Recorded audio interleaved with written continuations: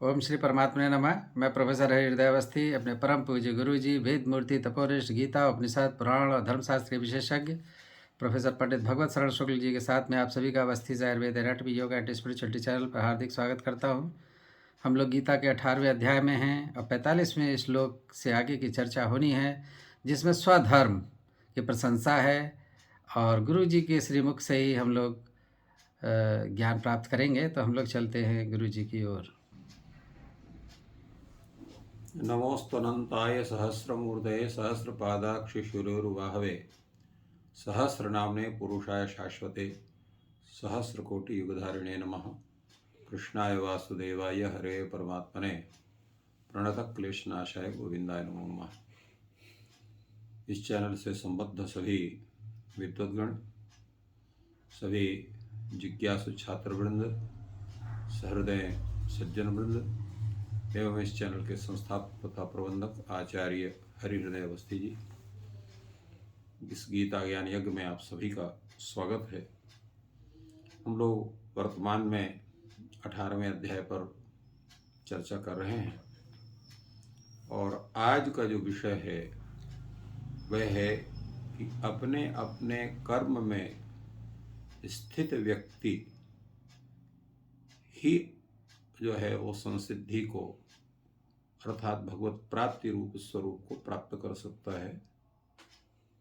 और उसका एक स्वरूप कैसे है कि कैसे हम लोग उस अपने कर्म के द्वारा हम उस परमात्मा के स्वरूप को प्राप्त कर सकते हैं, परमात्मा के प्रति हमारा समर्पण बन सकता है, इसकी बड़ी सुंदर चर्चा आज के कार्यक्रम में होगी। भगवान कहते हैं स्वे स्वे कर्मण्यभिरतः संसिद्धिं लभते नरः स्वकर्म निरतः सिद्धिं यथा विन्दति तच्छृणु। अभी पूर्व में हम लोगों ने ब्राह्मणों के कर्मों को जाना था कि शमो दमस्तपः शौचम क्षांतिरार्जवमेव च ज्ञान विज्ञानमास्तिक्यम ब्रह्म कर्म स्वभावजम। ये हम लोगों ने कहा कि शम दम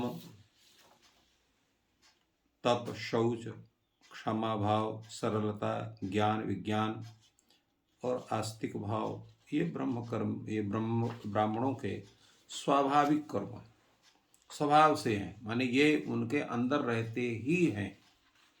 और इसी तरह से क्षत्रिय में जो है शूरवीरता, तेज, धैर्य और चतुरता, अयुद्ध में पलायन न करना था, डटे रहना और दान देना और साथ साथ में एक स्वामी भाव अर्थात प्रशासन की पूर्ण क्षमता, ये क्षत्रियों का स्वभाव है।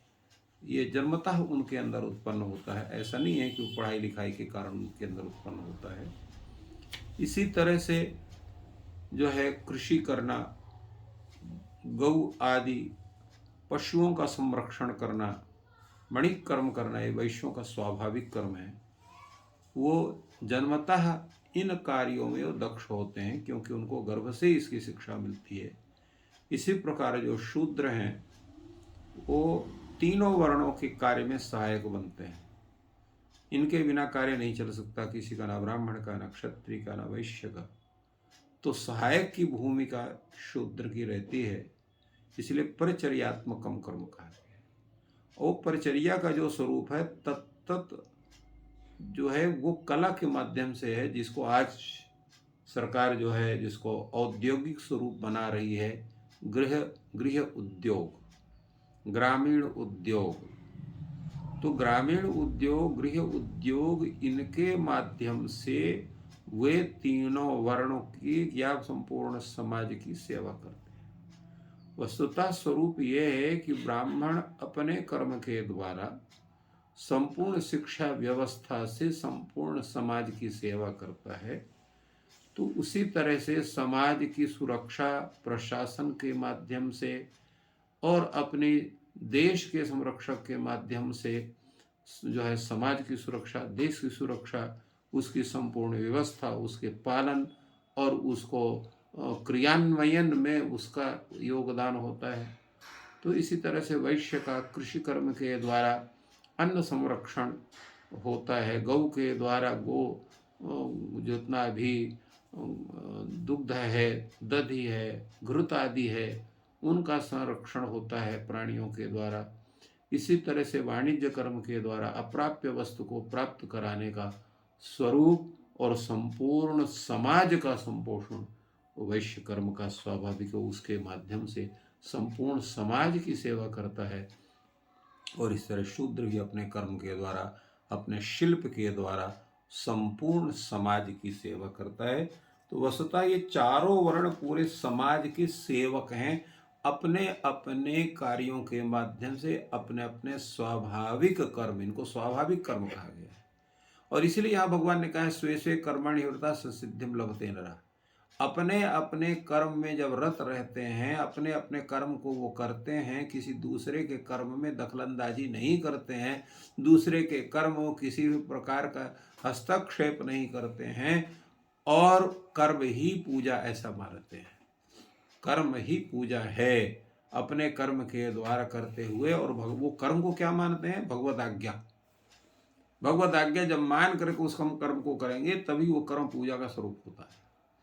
तो इस तरह से अपने अपने कर्म में स्थित होकर के भगवत आज्ञा मान के, भगवत पूजा मान कर उस कर्म में जो रहते हैं, तो उनको स्वतः परमात्मा की प्राप्ति बन जाती है। संसिद्धि का तात्पर्य, संसिद्धिम लभते नरः का तात्पर्य है भगवत प्राप्ति रूपी सिद्धि को प्राप्त करते हैं। तो ये स्वरूप जो हमारे सनातन धर्म में बतलाया गया है, विश्व के किसी भी धर्म में नहीं है कि कर्म को पूजा मान करके हम उस रूप में करें।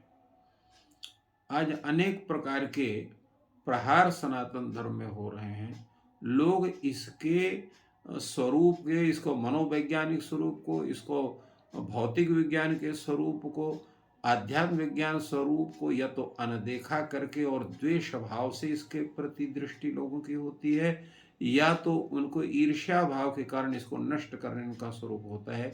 इसलिए विश्व को दिशा देने का स्वरूप ये हमारे जो चारों वर्णों के जो स्वरूप हैं, जो उनके स्वाभाविक कर्म हैं, वो पूरे समाज को, पूरे विश्व को अपना दर्शन दे सकते हैं और अपनी पूजा भाव से पूरे स्वरूप को स्थापित करते हैं। इसलिए भगवान आगे कहते हैं स्वकर्म निरता सिद्धिम यथा विंदति दक्षिणो। अपने कर्म में निरत रहता हुआ व्यक्ति वो परमात्मा की प्राप्ति रूप सिद्धि को कैसे प्राप्त करता है, इसमें हेतु क्या है, इसको भी भगवान बड़े सुंदर ढंग से इसको कहते हैं।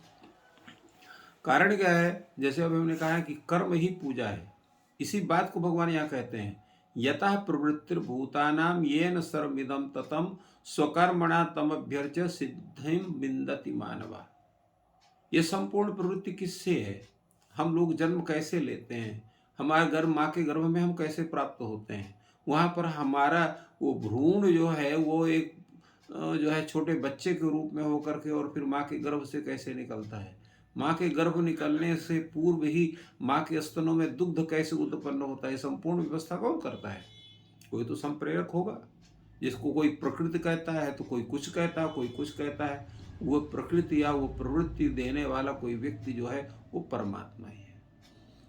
तो भगवान के कारण ही, उस परमात्मा के कारण ही संपूर्ण प्राणियों की उत्पत्ति होती है, प्रवृत्ति होती है, कार्य में स्थिति बनती है, और ये संपूर्ण विश्व भी उसी से व्याप्त है। ये न सर्वमिदं ततं, ये संपूर्ण जगत जितना है ये सब उसी से व्याप्त है। कहीं भी आप देखेगो परमात्मा का ही स्वरूप है। अब कोई पूछे कि अगर ये परमात्मा का स्वरूप कैसे, इसमें प्रमाण क्या है, तो इसमें उपनिषद प्रमाण है। उपनिषद कहते हैं भगवान जो अकेले रहते हैं तो कहते हैं एको हम बहुश्याम, मैं अकेला हूँ, मुझको अनेक रूप में होना चाहिए। ये पहले उनके अंदर इच्छा होती है। वो स्वयं कहते हैं बहुश्याम। तो क्या तस्मात् आकाशा संभूता, पहले आकाश की उत्पत्ति हुई, आकाशाद वायु, वायु से अग्नि, अग्नि से जो है जल, और जल से पृथ्वी उत्पन्न हुई। तो ये पंच महाभूत ये उत्पन्न हो गए, इनका स्वरूप बन गया, तब फिर प्राणियों की उत्पत्ति होती है। और इसके बाद तो इसलिए वो परमात्मा ही आकाश बन गया, जल बन गया, अग्नि बन गया, वायु बन गया, और वही पृथ्वी बन गया, और उसी ने जो तत्त जीवों को अपने स्वरूप में परिणत कर दिया और जीव से ये तत्त प्राणी हो गया, क्योंकि उनको कर्म का संबंध बना। क्योंकि बिना किसी सिस्टम के हम अनेक योनियों में भ्रमण नहीं कर सकते, इसलिए सबको कर्म के साथ बांध दिया। और कर्म के साथ साथ, क्योंकि अच्छाई और बुराई जब तक नहीं होगी तब तक संसार का स्वरूप नहीं बनेगा। और अच्छाई और बुराई क्यों होती है? क्योंकि जो भगवान की जो प्रकृति है, जिसको हम माया कर देते हैं, उस माया के माध्यम से भगवान संपूर्ण सृष्टि की रचना करते हैं। और माया क्या है? त्रिगुणात्मिका है। तो त्रिगुणात्मिका जो माया है, उसे त्रिगुण होने से तमोगुण का जहाँ अधिक हो वहाँ दोष भी बनेंगे, रजोगुण में भी कुछ दोष होते हैं। दोष शून्यता कहीं भी नहीं है, इसको भी आगे बताएंगे। जैसे अग्नि है तो अग्नि में सब कुछ अच्छा है, परंतु धुआं दे दिया वहाँ। वायु सब बहुत अच्छी है, सुंदर है, परंतु वायु में क्या है? अगर वो दुर्गंध से आ रही है वायु, दुर्गंध स्थान से, तो वहां पर आपको दुर्गंध मिलेगी। अगर सुगंध क्षेत्र से आ रही, सुगंध मिलेगी। अर्थात वो किसी न किसी हर तरह के स्वरूप को बने। तो सभी में कुछ ना कुछ दोष भी है। कारण क्या है? तमोगुण के स्वरूप होने से दोष भी होता है। तमोगुण ही पूर्ण रूप से निंदित नहीं, उसके कुछ गुण भी होते हैं। तो इस तरह से ये तीनों स्वरूप हैं। सात्विक स्वरूप भी है, राजस स्वरूप भी है, तामस स्वरूप भी है, जिसकी चर्चा विशेष रूप से 17वें अध्याय में की गई थी।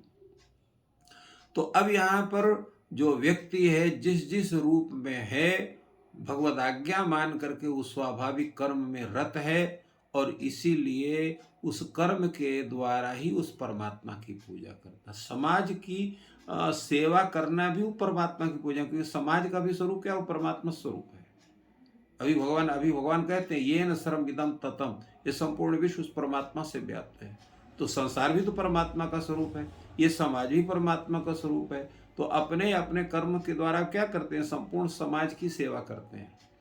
तो इसलिए यहाँ पर भगवान ने कहा स्वकर्मणा तम अभ्यर्चो, उस परमात्मा की अभ्यर्चना होती है, उसकी सेवा होती है, उसकी पूजा होती है, उसकी आराधना होती है। और तब भगवान जो है वो मनुष्य जो है वो परम सिद्धि को प्राप्त करता है, अर्थात मोक्ष को प्राप्त करता है। तो ये इतना सुंदर वैज्ञानिक स्वरूप का विवेचन भगवान अपनी गीता में करते हैं और सभी का मार्गदर्शन करते हैं। अब प्रश्न ये होता है, क्या भाई हम ये बताइए, दूसरे का धर्म तो बड़ा अच्छा है, दूसरे के धर्म मतलब कर्तव्य, यहाँ धर्म शब्द से कर्तव्य कर्म है, स्वाभाविक कर्म ही धर्म है। तो कोई कहता नहीं अरे ब्राह्मण तो बड़े अच्छे हैं, उनको कुछ नहीं करना पड़ता है, खाली पढ़ाई लिखाई और कुछ नहीं काम। क्षत्रिय को कहा है, उसको कहा नहीं, खाली वो राजागिरी करता है, प्रशासन करता है। वैश्यों के लिए कहा गया करे कुछ नहीं है, वो तो खाली जितना धन संपूर्ण है सब उन्हीं के पास है। तो शूद्रों कहते हैं उनको कुछ नहीं लेना देना है, कोई पूजा पाठ करे चाहे न करे, अपने कर्म करते करते वो स्वतः सिद्ध को प्राप्त कर लेते हैं। तो सबसे बड़ी सरलता तो शूद्र बनने में है। कोई ज़्यादा उनके लिए आचार विचार भी नहीं है, थोड़ा बहुत भी आचार विचार है तो काम चल जाएगा। और यहाँ ब्राह्मण को सवेरे वो 3 बजे से उठेगा, रात को 11 बजे तक सोएगा, अनेक प्रकार के ग्रंथों को उसका अध्ययन करना है, पढ़ते पढ़ते आँख फूट जाए तो फूट जाए, करना ही सब कुछ उसको है। तो कोई कहता है ब्राह्मणों का अच्छा है, तो कोई कहता है कि क्षत्रिय का अच्छा है, तो कोई कहता नहीं वैश्य का अच्छा है, तो कोई कहता नहीं शूद्र का अच्छा है। माने प्रत्येक व्यक्ति अपने कर्म से असंतुष्ट नजर आता है। जैसे गांव में कहावत है कि दूसरे की पतरी जो है वो दूसरे की थाली सबसे ज्यादा अच्छी लगती है, अपनी थाली कमजोर लगती है। ऐसा नहीं, प्रत्येक व्यक्ति के कर्म जितने हैं वो सभी के उतने ही श्रेष्ठ हैं जितना वो दूसरे के श्रेष्ठ समझता है। इसलिए भारतवर्ष में कोई भी निम्न नहीं है। हम तो बड़े कष्ट का अनुभव करते हैं जो कहते हैं ये उच्च जाति का है, ये निम्न जाति का है। यहाँ कोई निम्न है नहीं। निम्न क्या होते हैं? आपके दुष्कर्म ही निम्न होते हैं। न कोई जाति निम्न है, न कोई वर्ण निम्न है, न कोई व्यवस्था निम्न है। निम्न है हमारे जो दोष हैं, अवगुण है, वो निम्न है। वो उच्च जाति का भी कोई व्यक्ति है, अगर उसके अंदर अवगुण है वो निम्न है। आज भी हम लोग रावण को जलाते हैं। रावण क्या था? ब्राह्मण था। हम लोग जो है कंस को उसको गाली देते हैं। क्यों? कंस कौन था? क्षत्रिय था। इसी तरह से कोई ऐसा दुष्ट वैश्य है उसकी भी हम निंदा करते हैं। इसी तरह से जो है जो शूद्र कोई निम्न है उसकी भी निंदा करते हैं। तो शूद्र की निंदा या ब्राह्मण की निंदा या क्षत्रिय की निंदा या वैश्य की निंदा नहीं करते हैं। उसके अंदर विद्यमान जो अवगुण है उनकी निंदा करते हैं। और हम पूजा भी करते हैं, हम रैदास की पूजा करते हैं, कबीर की भी पूजा करते हैं, अन्य लोगों की भी पूजा करते हैं। क्यों करते हैं? उनके सद्गुणों के कारण। तो प्रत्येक व्यक्ति को अपने अंदर सद्गुण उत्पन्न करना चाहिए। और संसार में कोई भी निम्न है, सब उस परमात्मा के स्वरूप होने से सभी के सभी स्वतः उच्च हैं और अपने कर्म से उच्च हैं। इसलिए भगवान ने कहा श्रेयान स्वधर्म, अपना धर्म, अपना कर्तव्य कर्म, अपने आचरण वो सबसे श्रेष्ठ है। परधर्मा स्वनुष्ठितात् विगुणत्वम्, तो विगुण, अपना विगुण भी अगर थोड़ा आप उसको समझते हैं कि वो विगुण है अर्थात उसमें बहुत गुण नहीं है, बहुत श्रेष्ठ नहीं है, फिर भी वो आपका जो कर्तव्य कर्म है वो दूसरे के कर्म की अपेक्षा श्रेष्ठ है। कारण क्या है उसका? क्यों श्रेष्ठ है? दूसरे के धर्म से अगर आप कहोगे ब्राह्मण का धर्म श्रेष्ठ, हमारा धर्म विगुण है, तो आपका विगुण होते ही भी आपका धर्म श्रेष्ठ है, क्योंकि आपके बिना समाज के कार्य नहीं चल सकते हैं। तो समाज में आपका योगदान सभी का है। जैसे कोई गाड़ी है, उसका एक पेंच निकाल दीजिए, पूरी गाड़ी वहीं रख जाएगी, वो 1 इंच आगे नहीं बढ़ेगी। वो पेंच उस गाड़ी के लिए उतना ही आवश्यक है जितना अन्य है। केवल पहिया ही नहीं उसमें जो है योगदान होता है, पहिए को चलाने वाले का भी योगदान होता है, चालक का भी योगदान होता है, पेट्रोल का भी योगदान होता है, अन्य सभी का योगदान होता है। तो सभी योगों के दान होने, सभी के योगों का दान होने के कारण फिर वो गाड़ी चलती है। ठीक उसी ढंग से समाज का भी स्वरूप है, सबका योगदान उतना ही है। नहीं कह लो सीट का योगदान है, सीट में सब कोई बैठते हैं, वो सबसे ऊंची जगह रहती है, और जो पहिया है उसका योगदान ही नहीं है, तो बिना इंजन के तो कोई नहीं चलेगा। तो इसलिए स्वधर्मः विगुणः अपि श्रेया, अपना धर्म अगर वो दूसरे के धर्म से थोड़ा गड़बड़ भी है लोगों की दृष्टि से, वस्तुतः गड़बड़ नहीं है, सभी जो है सगुण है, विगुण नहीं है, परंतु अगर लगता है तो भी आपका श्रेष्ठ है। कहा क्यों? स्वभाव नियतम कर्म कुर्वन् किल विषम न आपनोति। अगर आपको स्वभावतः जो आपको कर्म मिला है, ब्राह्मण को, क्षत्रिय को, वैश्य को, शूद्र को, अपने कर्म को करता हुआ जो आदमी को कर्म अपना कर्म करता है उसको पाप नहीं लगता है, न किल विषम आपनोति। किंतु अगर दूसरे का कर्म करेंगे तो आपको पाप लगेगा। अब ये प्रश्न ये होता है कि भाई कर्म करने से पाप कैसे लगेगा? कर्म तो कर्म है, चाहे वो ब्राह्मण का कर्म हो, चाहे क्षत्रिय कर्म हो, चाहे वैश्य कर्म, हम भी कर सकते हैं। हम भी 3 बजे उठेंगे, नहाएंगे, धोएंगे, संध्या पूजा करेंगे, भगवान की पूजा करेंगे, सब कुछ करें। हम क्यों नहीं कर सकते हैं? हमारे में क्या कमी है? तो आपके में कमी नहीं है, आप कर सकते हैं। किंतु स्वाभाविक कर्म आपके अंदर वो नहीं है। आपके अंदर जो तमोगुण का आधिक्य है वो उतने ढंग से आपके मस्तिष्क को उस कार्य में संलग्न नहीं होने देगा। चाहे जितना भी अभ्यास करिए, आप कहीं ना कहीं आपको दिक्कत हो ही जाएगी। जैसे उसका एक उदाहरण है, मान लीजिए आप किसी क्षेत्र विशेष से आ रहे हैं और आपका निवास किसी दूसरे क्षेत्र विशेष में है, तो दूसरे क्षेत्र विशेष की बोली को आप कितना ही अभ्यास करके बोलेंगे, आपके क्षेत्र की भाषा के शब्द उसमें अवश्य आ जाएंगे, उसको कोई रोक नहीं सकता, क्योंकि स्वाभाविकता आपके अंदर बना हुआ है। तो उसी तरह से स्वभाव में आपका जो रजोगुण का स्वरूप है या तमोगुण का स्वरूप है या जो है सत्व गुण का स्वरूप है, वो कहीं ना कहीं आकर के आपके उस कार्य में विघ्न देगा। जब विघ्न देगा तो उसके करने से आपको पाप होगा।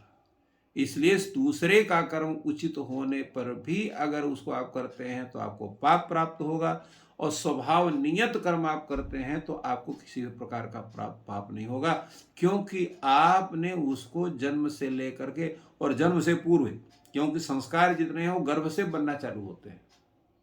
आप माँ के गर्भ में रहते हैं तो आपके पिता, आपके बाबा या अन्य जो संबंधी गण हैं, जिस तरह के वो कर्म कर रहे हैं, उन कर्मों का स्वरूप, उनका चिंतन, उनकी बातें आप गर्भ से ही व्यक्ति सुनता है, इसलिए गर्भ से ही संस्कार बनते हैं। इसलिए हमारे यहाँ शास्त्र में गर्भ से संस्कार देने का प्रारंभ किया गया है। गर्भणी कैसे? और गर्भ से पूर्व भी आज तो अनेक प्रकार के प्रचार साधन हैं। जब किसी स्त्री को रजो दर्शन होता है तो यहाँ पर प्रचारक लोग उसको कूदना फांदना सब कुछ उसको सिखाते हैं कि कुछ भी कर सकते हो। ये भारतीयों का ढोंग है कि वो 4 दिन 5 दिन जिस समय उनको रजो दर्शन होता है तो वो बैठी रहती हैं। बैठने से कोई जरूरत नहीं, आप सब काम कर सकते हैं, कोई दिक्कत नहीं, आप फलाने चीज़ का आप वो प्रयोग कर सकते हैं। परंतु यहाँ भारतीय सिद्धांत में है कि 4 दिन तक उस स्त्री को कुछ भी कर्म न करके केवल एक जगह श्वास एकदम आराम से उसको रहना चाहिए और सुंदर विचार से होना चाहिए। किसी भी चीज़ को स्पर्श नहीं करना चाहिए, केवल भोजन करे, वो अपना जो शारीरिक उसके कार्य है उसको संपादन करे। तो उसका भी वही कार्य है कि वो स्त्री जो है वो अपने संतान को, नए संतान को उत्पन्न करने के लिए उस समय अपने शरीर को, मन को, मस्तिष्क को उसको उचित संस्कार देती है। तब जाकर वो संस्कारी व्यक्ति उत्पन्न होते हैं। अगर कोई ब्राह्मण है तो वहाँ उसकी ऋषि संतान उत्पन्न होगी, कोई क्षत्रिय है तो राजर्षि संतान उत्पन्न होगी, कोई इसी तरह से वैश्य है तो वहाँ पर वैश्यर्षि अर्थात वैश्यों में श्रेष्ठ, और इसी तरह से शूद्रों में श्रेष्ठ जो अपने कर्म में दक्ष होते हैं, ऐसे लोग उत्पन्न होते हैं। तो ये एक बड़ा सुंदर वैज्ञानिक स्वरूप है जिसकी चर्चा भगवान ने यहाँ पर की है। तो इस प्रकार गुरुजी ने बहुत ही सरल शब्दों में स्वधर्म स्वकर्म की श्रेष्ठता का प्रतिपादन किया और ईश्वर आपको कर्म करने में सक्षम करें। आपका दिन शुभ हो। धन्यवाद।